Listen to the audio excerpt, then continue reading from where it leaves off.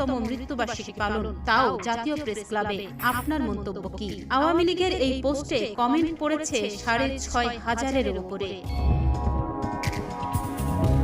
ফেসবুকে রাশিদুল ইসলাম নামে একজন লিখেছেন, ঢাকায় মোহাম্মদ আলী জিন্নাহর মৃত্যুবার্ষিকী পালিত, এটাকে কিভাবে দেখছেন আপনি?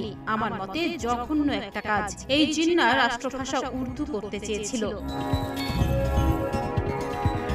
সারওয়ান নামে অপর একজন লিখেছেন, ঢাকায় মোহাম্মদ আলী জিন্নাহর মৃত্যুবার্ষিকী পালিত, মুক্তিযুদ্ধ তো মিথ্যা না, কিন্তু এই সব কেন?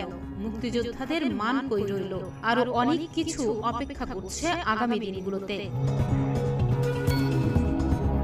এর আগে বুধবার বিকেলে রাজধানীর জাতীয় প্রেস ক্লাবের তোফাজ্জল হোসেন মানিক মিয়া হলে মোহাম্মদ আলী জিন্নাহর ৭৬তম মৃত্যুবার্ষিকী উপলক্ষে আলোচনা সভা অনুষ্ঠিত হয়। নবাব সলিমুল্লাহ একাডেমি এই অনুষ্ঠানের আয়োজন করে।